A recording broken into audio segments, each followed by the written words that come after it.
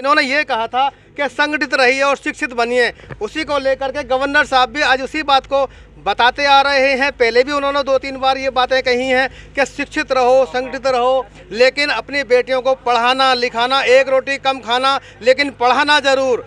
इसी बात को लेकर के, क्योंकि जो समाज ये है जाटव समाज जो है, जो पिछड़ा हम मानते हैं, इसको एससी बोलते हैं, हम उसी की बात कर रहे हैं कि संगठित रहो और शिक्षित बनोगे तो नए भारत का निर्माण करोगे, ऐसा बाबा साहब ने कहा था। उसी को लेकर के आज यहाँ पर जो मूर्ति अनावरण हो रहा है, हम उसी को दिखाने वाले हैं। हम उस जगह पर पहुँच चुके हैं। बात करेंगे पुलिस प्रशासन की कि यहाँ पर पुलिस प्रशासन भारी भरकम मात्रा में बहुत सख्ती के साथ महसूस दिखाई दे रहा है, क्योंकि यहाँ जो प्रशासन है इतना सख्त है, किस तरीके से यहाँ पर है। अभी हम प्रशासन की तरफ को कहेंगे कि गवर्नर साहब हम दिखा रहे हैं कि ढोल नगाड़े ताजे के साथ, बाजे के साथ यहाँ पर आते हुए दिखाई दे रहे हैं, क्योंकि जिस तरीके का यहाँ पर प्रशासन हम दिखा रहे हैं, कैमरामैन से कहेंगे प्रशासन भी दिखाएंगे, और जो ढोल नगाड़े की आवाज़ आपको सुनाई दे रही होगी, किस तरीके से यहाँ पर प्रशासन मौजूद है, और ये ढोल नगाड़े की आवाज़ आप सुन रहे होंगे, क्योंकि यहाँ पर महामहिम अभी सबके बीच में पधारने वाले हैं और पधार चुके हैं। कैमरामैन से कहेंगे साहब बाबा साहब की मूर्ति को जो अनावरण अभी किया है, उन्होंने माला पहना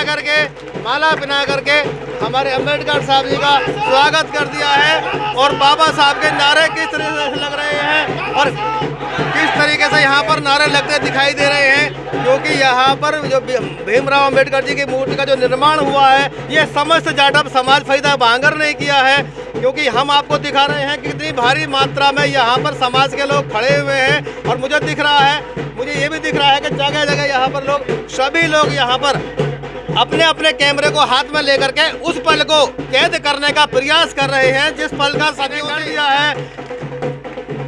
क्योंकि मैं आपको सीधा लाइव दिखा रहा हूँ, न्यूज नेशन फास्ट की टीम जनपद बुलंदशहर से आपको सीधा लाइव दिखा रही है, और किस तरीके से यहाँ पर बाबा साहब की मूर्ति का अनावरण हमारे महामहिम आरिफ मोहम्मद खान जो केरल के राज्यपाल साहब हैं और जनपद बुलंदशहर के ही निवासी हैं, और किस तरीके से यहाँ पर जो हमारा समाज है, किस तरीके से वो समाज यहाँ पर उनका स्वागत भी कर रहा है। और देखिए मैं आपको दिखा रहा हूँ कि बाबा साहब की मूर्ति का अनावरण हो चुका है आरिफ मोहम्मद खान के द्वारा, क्योंकि उन्होंने यहाँ पर अभी फीता खींच करके और उनको नमन करते हुए मैं आपको दिखा रहा हूँ कि बाबा साहब को किस तरीके से नमन कर रहे हैं। संगठित रहो और शिक्षित बनो, ये नारा चलता रहा है, क्योंकि जाटव समाज के लिए जब हम पढ़ेंगे लिखेंगे तो आगे बढ़ेंगे। भारत के नए निर्माण का विकास तभी हो सकता है कि जब सभी हमारे आज की युवा पीढ़ी पढ़ लिख कर थोड़ा सा आगे बढ़ेगी। हमारे साथ गवर्नर साहब मौजूद हैं, आरिफ मोहम्मद खान जी।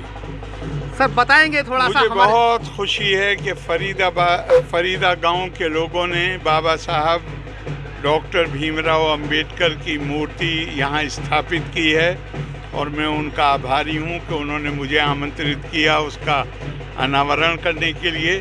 बाबा साहब की मूर्ति का मतलब ये है कि जब हमारी मूर्ति पे नज़र पड़े तो हमें ध्यान आए कि हमें शिक्षा प्राप्त करनी है, हमें अपने देश को की एकता को मजबूत करना है, हमें अखंडता को मजबूत करना है, और ये याद करना है कि बाबा साहब ने जो हमें संविधान दिया है, ये संविधान भी भारत की शक्ति का स्रोत है।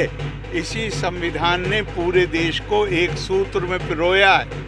तो बाबा साहब का जो काम है उसको हम मजबूत करेंगे, हम अपनी एकता को मजबूत करेंगे, हम अपनी अखंडता को मजबूत करेंगे।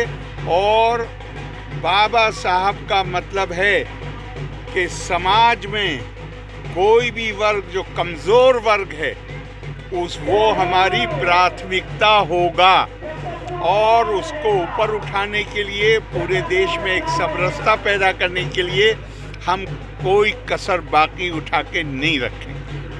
ये साफ हो रहा है, क्योंकि अभी यहाँ पर गरीब बेटियों को साइकिलों का वितरण भी होना है। जब तक है गंगा में पानी, बाबा तेरी अमर कहानी। जब तक है गंगा में पानी, बाबा तेरी अमर कहानी। अभी आप सुन रहे थे, महिलाओं ने भी मूर्ति अनावरण, बाबा साहब अम्बेडकर जी की जो मूर्ति अनावरण हुआ है उसमें भी बढ़ चढ़ कर हिस्सा लिया है।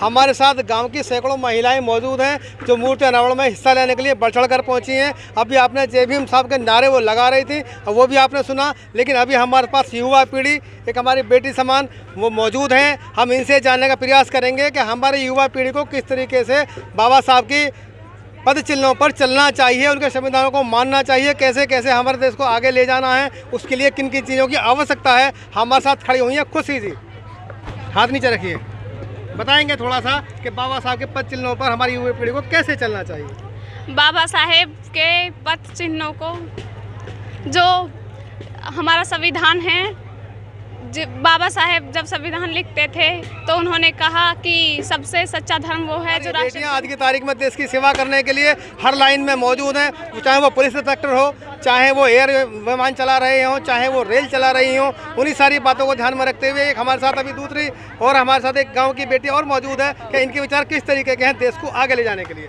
सबसे पहले तो सभी को जय भीम नमो बुद्धाय। मेरा नाम गोल्डी है और मैं यहाँ पे जो आज कार्यक्रम हुआ है उसमें शामिल होने आई हूँ। और जैसा इन्होंने कहा कि सबसे पहले शिक्षा कितनी ज़रूरी है, उससे पहले ये ज़रूरी है कि महिलाओं के लिए शिक्षा कितनी ज़रूरी है। जितनी भी यहाँ पर मेरी माताएं बहनें हैं, मैं उनको ये बताना चाहती हूँ कि आप देखते हैं कि जितना ये पूजा पाठ करती हैं वो अच्छी बात है, कीजिए, लेकिन साथ में डॉक्टर भीमराव अंबेडकर की मूर्ति पर भी अगर ये रोज़ एक फूल चढ़ाएंगी तो भी हमारे लिए बहुत गर्व की बात है।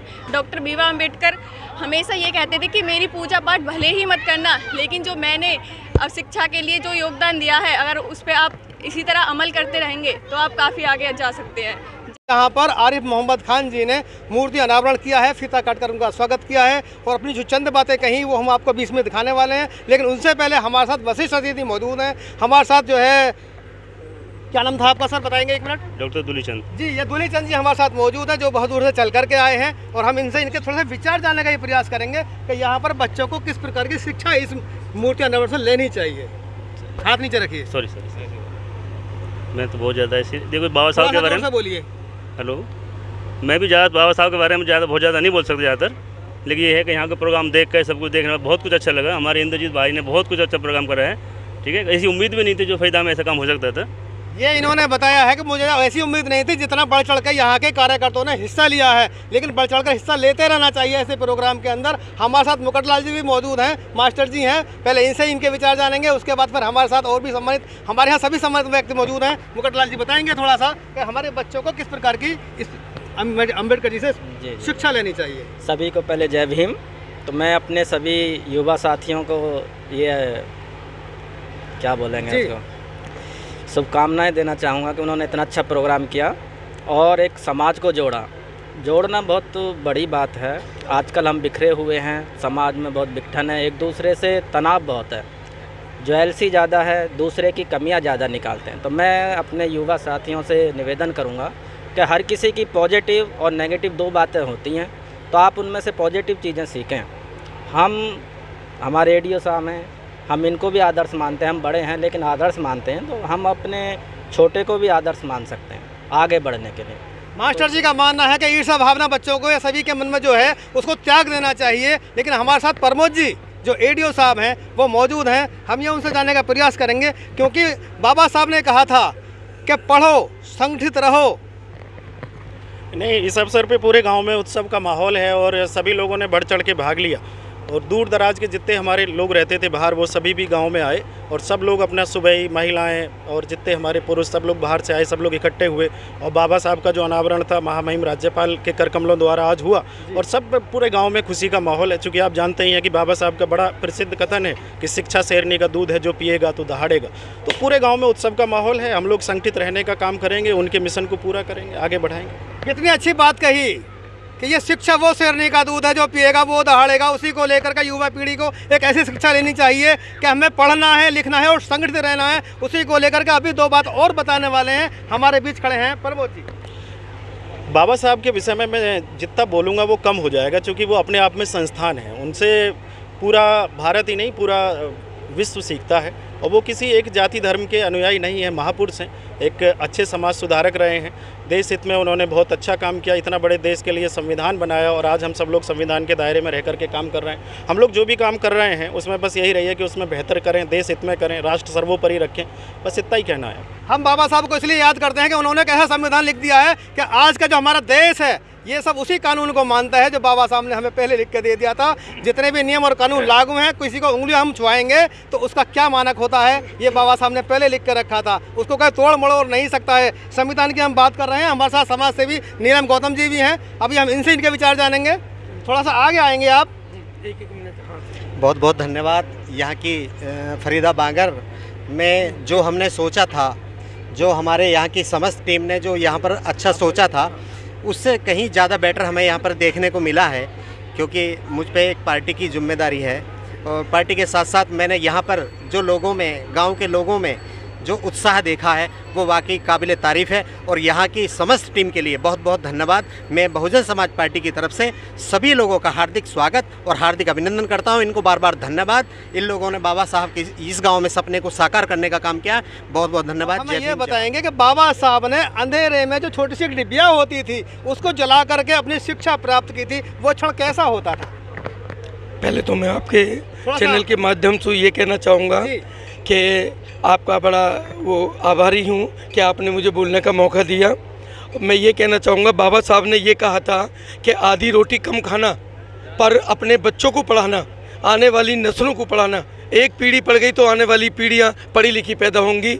और जो आज इन्होंने इंद्रजीत जी ने यहाँ पे काम करवाया है, मैं आज करीब करीब जी मेरी उम्र 55 साल की हो गई, आज तक यहाँ पे ऐसा प्रोग्राम नहीं हुआ और ना होगा। इतिहास में ये नाम दर्ज हो गया कि फरीदा में ये प्रोग्राम हुआ। पूरी फरीदा करीब जी छामनी में बदल गया। और मैं ये कहूँगा आगे भी तन मन धन सु मैं आपके साथ हूँ। जब भी याद करेंगे तभी आऊँगा। मैं बाबा साहब का भक्त हूँ, बाबा साहब को मानता हूँ। और एक बात और कहूँगा, मैं एक दिन भी स्कूल नहीं गया, लेकिन बाबा साहब की वो बात याद रही मुझे कि आधी रोटी कम खाना। मैं यहाँ से भूखा प्यासा भाग के गया दिल्ली।